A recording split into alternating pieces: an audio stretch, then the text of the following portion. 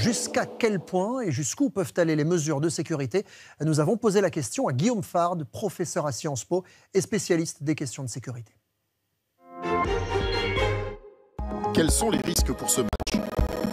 Le risque de trouble à l'ordre public, c'est un risque avant le match, aux abords du match, et puis aussi pendant le match, puisqu'il n'est pas à exclure que dans les tribunes, il y ait des comportements hostiles de certains supporters, qui peuvent, pour la basse intensité, consister en déploiement de banderoles ou de messages ou de tifos, mais pour la plus haute intensité, des jets de projectiles sur d'autres supporters, voire sur les joueurs eux-mêmes.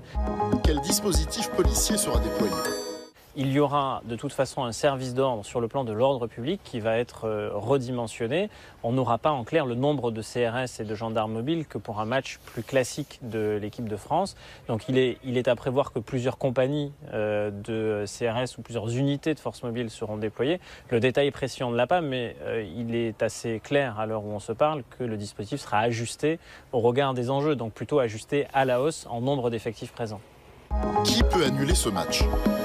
Le préfet de police de Paris, qui est responsable de l'ordre public sur la plaque parisienne, donc Laurent Nunez, peut tout à fait, s'il estime que les conditions de sécurité ne sont pas réunies, que le risque est trop important, la délégation israélienne peut être menacée aussi d'attentats terroristes, elle peut être visée par le terrorisme.